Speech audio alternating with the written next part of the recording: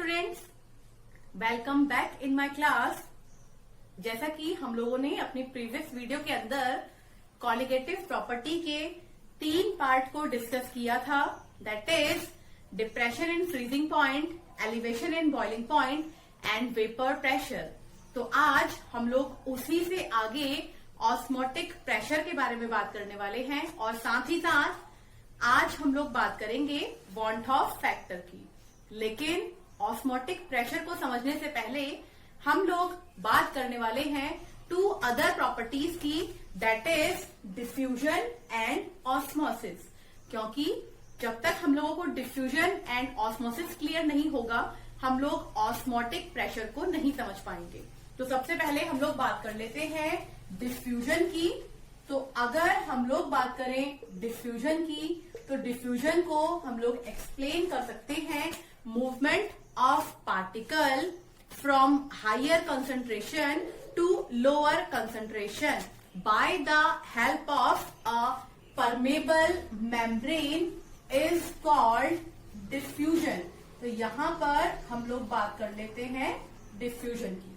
अब आप देख सकते हैं, जैसा कि मैंने डायग्राम ड्रॉ किया है, इस डायग्राम के अंदर ये है हमारी परमेबल मेम्ब्रेन और हम लोग कह रहे हैं कि ये है हमारी हायर कंसंट्रेशन और this one is lower concentration.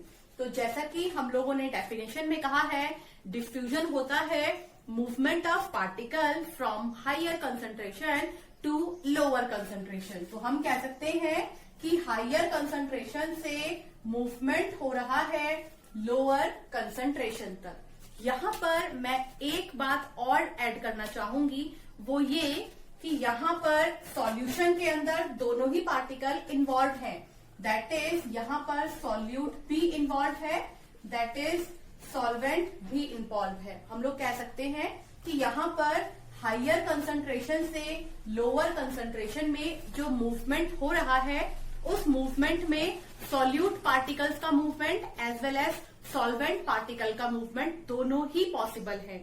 इसका रीजन ये है क्योंकि यहां पर हम लोगों ने जो परमेबल मेम्ब्रेन यूज की है, उनके पार्टिकल्स का साइज या फिर उनके बीच में जो होल्स होते हैं वो थोड़े लार्जर होते हैं, जिस वजह से सॉल्यूट के पार्टिकल भी मूव कर जाते हैं from higher concentration to lower concentration. तब तक होता रहेगा जब तक दोनों तरफ का कंसंट्रेशन इक्वल नहीं हो जाता। तो आई होप आप लोग समझ पाए होंगे व्हाट इज डिफ्यूजन। अब हम लोग बात कर लेते हैं ऑस्मोसिस की। तो अगर हम लोग बात करते हैं ऑस्मोसिस की, तो यहां पर भी कंडीशन सेम रहने वाली है, लेकिन एक चीज जो यहां पर डिफरेंट है डिफ्यूजन से, हम लोग यहां पर भी बात करते हैं एसपीएम की, यानी कि परमेबल मेम्ब्रेन। लेकिन यहां परमेबल मेम्ब्रेन कुछ स्पेशल टाइप की है।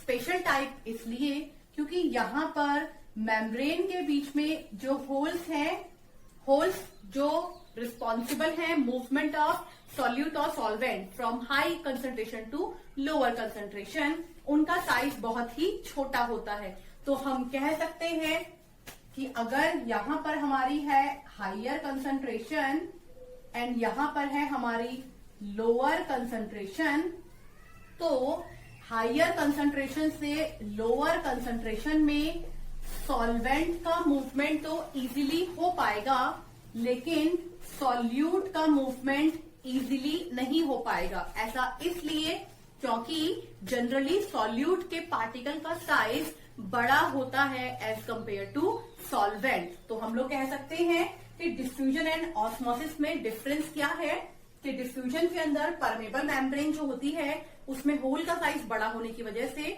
सॉल्यूट पार्टिकल भी इजीली मूव कर जाते हैं from higher concentration to lower concentration, whereas osmosis के अंदर होल्स का साइज, एसपीएम के होल्स का साइज छोटा होने की वजह से सॉल्यूट पार्टिकल इजीली मूवमेंट नहीं कर पाते हैं from higher concentration to lower concentration. तो ये था difference between diffusion and osmosis. अब हम लोग बात कर लेते हैं ऑस्मोटिक प्रेशर की। फॉर एग्जाम्पल मैं आप लोगों को डायग्राम की हेल्प से समझाना चाहूंगी। यहाँ पर हमारे पास दो टाइप के बीकर हैं, जिसमें हम लोगों ने एक तरफ लिया है सॉल्वेंट प्योर स्टेट के अंदर और दूसरी तरफ हमारे पास है सॉल्यूशन। यहाँ पर हम लोगों ने यूज की है एक पिस्टन, जिसकी हेल्प से हम लोग प्रेशर को इंक्रीमेंट या डिक्रीमेंट कर सकते हैं। तो यहाँ पर हम लोगों ने फिल कर दिया है सॉल्यूशन और बीच में हम लोग फिल कर रहे हैं एसपीएम यानी कि सेमी परमेबल मेम्ब्रेन। तो अगर हम लोग बात करते हैं मूवमेंट की, तो जैसा कि हम लोगों ने पढ़ा है ऑस्मोसिस के अंदर कि सॉल्वेंट का movement higher concentration to lower concentration repeat and repeat continue चल रहा है। तो यहाँ पर हम लोगों को पता है कि सॉल्वेंट इजीली मूवमेंट कर पा रहे हैं। अब अगर हम लोग चाहते हैं कि ये मूवमेंट रिवर्स हो जाए या फिर हम लोग चाहते हैं कि ऐसा प्रेशर हम लोग इसके ऊपर अप्लाई करें जिसकी हेल्प से सॉल्यूट पार्टिकल भी इस तरफ मूवमेंट कर पाए, या फिर हम कह सकते हैं जिसकी तरफ से ये मूवमेंट इक्विवेलेंट हो जाए दोनों साइड में, तो उसके लिए जो प्रेशर हम लोग अप्लाई करने वाले हैं वो होता है ऑस्मोटिक प्रेशर। ये बिल्कुल इस तरीके से काम करेगा कि अगर हम लोगों ने पिस्टन से प्रेशर अप्लाई किया है, तो जैसा कि हम लोगों को पता ही है एक बॉटल के अंदर पानी फिल है और हम लोग प्रेशर लगा रहे हैं, तो हमें पता है वो पानी उस बॉटल से बाहर निकल जाने वाला है। तो बिल्कुल सेम कंडीशन यहाँ पर है। जैसे ही हम लोग ऑस्मोटिक प्रेशर यहाँ पर अप्लाई करेंगे या फिर हम कह सकते हैं प्रेशर अप्लाई करेंगे, तो ये मूवमेंट रिवर्स होने लग जाएगा और तब तक होता रहेगा जब तक दोनों तरफ कंसंट्रेशन का सिमिलैरिटी ना आ जाए। तो हम कह सकते हैं वो प्रेशर जिस प्रेशर को अप्लाई करने के बाद concentration of solution as well as solvent in pure state will be equal are termed as osmotic pressure। तो अब हम लोग बात कर लेते हैं डिनोशन ऑफ ऑस्मोटिक प्रेशर की, कि हम लोग ऑस्मोटिक प्रेशर को किससे डिनोट करते हैं। तो इसके लिए हम लोग हेल्प लेते हैं वॉन हॉफ लॉ की। तो अगर हम लोग बात करें वॉन हॉफ लॉ की, तो सबसे पहले अकॉर्डिंग टू बॉयल्स लॉ हम कह सकते हैं प्रेशर इनवर्सली प्रोपोर्शनल होता है वॉल्यूम के, और हमें पता है वॉल्यूम इनवर्सली प्रोपोर्शनल होता है कंसंट्रेशन के। तो हम कह सकते हैं कि प्रेशर डायरेक्टली प्रोपोर्शनल होता है कंसंट्रेशन के। अब इसी लॉ से हम लोग आगे की वैल्यूज को निकालते हैं। तो हम लोगों को यहाँ पर ये बात समझ में आई है कि जितना ज्यादा हम लोग प्रेशर लगाएंगे उतना ज्यादा ही कंसंट्रेशन में भी इंक्रीमेंट हो जाएगा। तो अब हम लोग बात करते हैं ऑस्मोटिक प्रेशर की, जिसको मैंने कहा था हम लोग डिनोट करेंगे पाई से। इसे हम लोग आइडियल गैस इक्वेशन के ऊपर अप्लाई करके देखते हैं। हमें पता है आइडियल गैस इक्वेशन होता है पीवी इक्वल्स टू एनआरटी, जिसको हम कन्वर्ट कर सकते हैं P equals to n upon V R T. जैसा कि हम जानते हैं यहाँ पर एन का मतलब होता है number of moles of solute और वी का मतलब होता है वॉल्यूम ऑफ द सॉल्यूशन। तो हम यहाँ से कह सकते हैं कि P इज इक्वल्स टू है कैपिटल M R T, यानी कि मोलैरिटी ऑफ द सॉल्यूशन। अब अगर हम लोग बात करें प्रेशर की, तो यहाँ पर हम लोग इस प्रेशर की टर्म को चेंज कर रहे हैं ऑस्मोटिक प्रेशर की टर्म से। तो हम कह सकते हैं पाई इज इक्वल्स टू, हमने कहा था मोलैरिटी एक टर्म होती है कंसंट्रेशन की, तो वैल्यू बन जाएगी pi is equals to CR। हम लोग बात करते हैं degree of dissociation. Degree of dissociation के लिए हम लोग एक जनरल इक्वेशन ले लेते हैं AX BY in equilibrium A Y positive plus P X negative, जहां पे ये टर्म है X और ये टर्म है Y।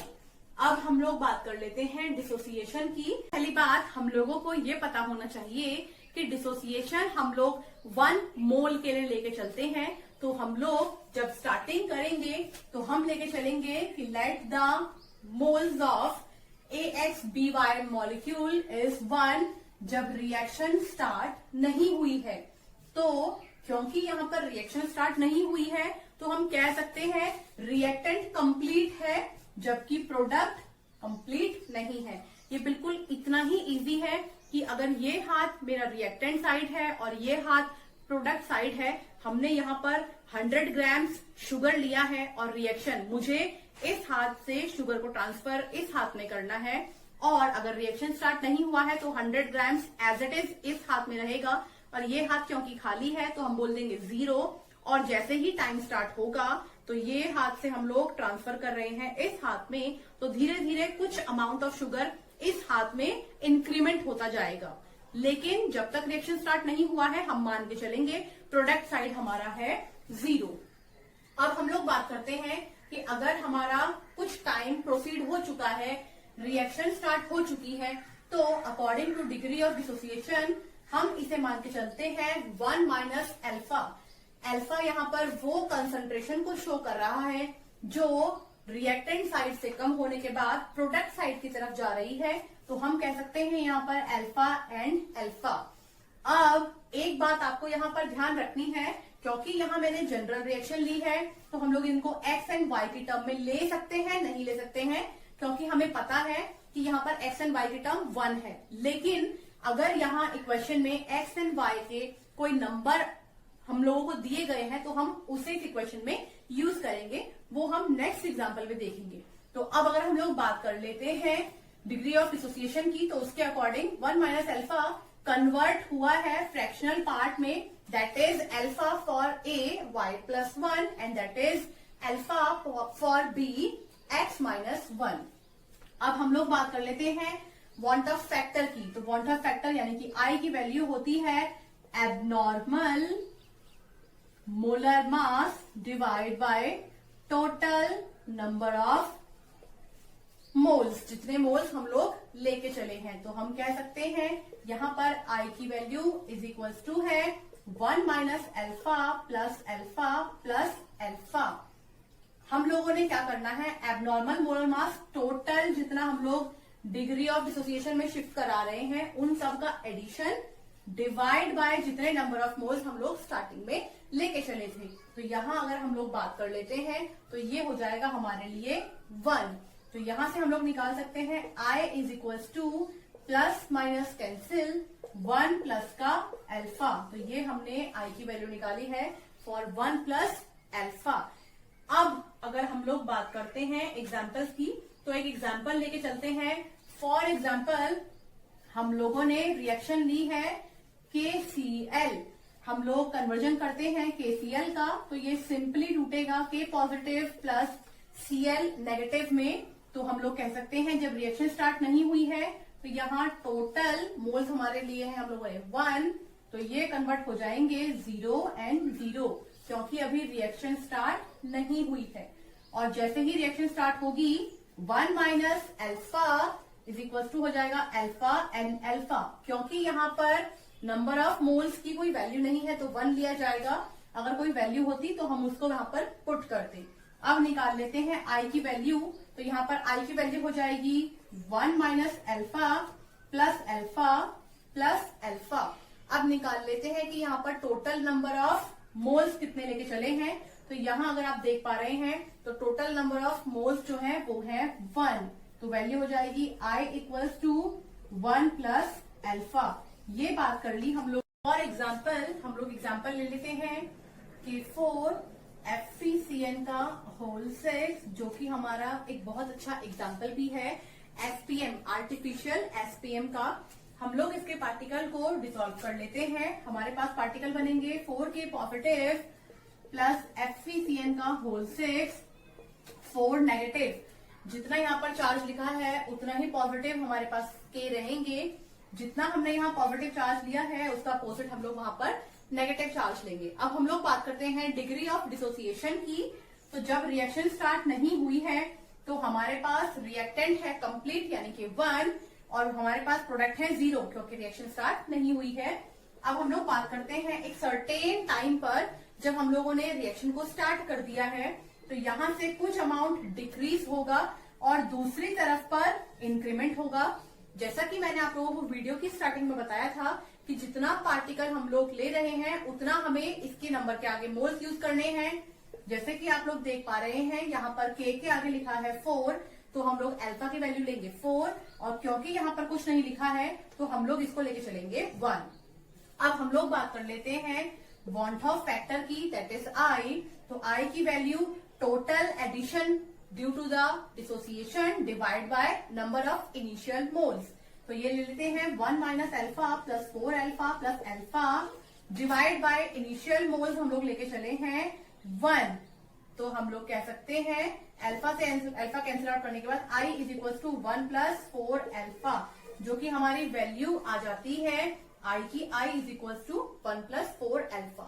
तो क्यों ना हम लोग इन क्वेश्चंस की हेल्प से एक जनरल फॉर्मूला जनरेट कर लेते हैं। तो वो होता है alpha is equal to I minus 1 upon n minus 1, जिस फॉर्मूले के अंदर अल्फा रहेगा हमारा डिग्री ऑफ डिसोसिएशन, जहां पर आई रहेगा हमारे पास हमारा वांट ऑफ फैक्टर, और एन रहेंगे हमारे number of moles after dissociation. तो हम लोग सेम इक्वेशन को इस फॉर्मूले के ऊपर अप्लाई करके देख लेते हैं। तो अगर हम लोग इसको अप्लाई करते हैं तो देखिए alpha is equal to I minus का 1 डिवाइड बाय एन, यहां पर n 4 plus 1, n total number of moles है जो आफ्टर डिसोसिएशन हुए हैं, तो 4 प्लस 1 यानी कि 5 माइनस 1। तो ये हो जाएगा alpha is equal to I minus 1 divide by 4, जिसको हम लोग ले सकते हैं 4 alpha is equal to I minus 1। Further use करें 4 alpha plus 1 is equal to I. तो यानी कि हम लोग इस जनरल फॉर्मूले की हेल्प से डायरेक्टली भी अल्फा के लिए वैल्यू को फाइंड आउट कर सकते हैं। आज हम लोगों ने बात की है want Hoff factor, degree of dissociation, osmotic pressure and osmosis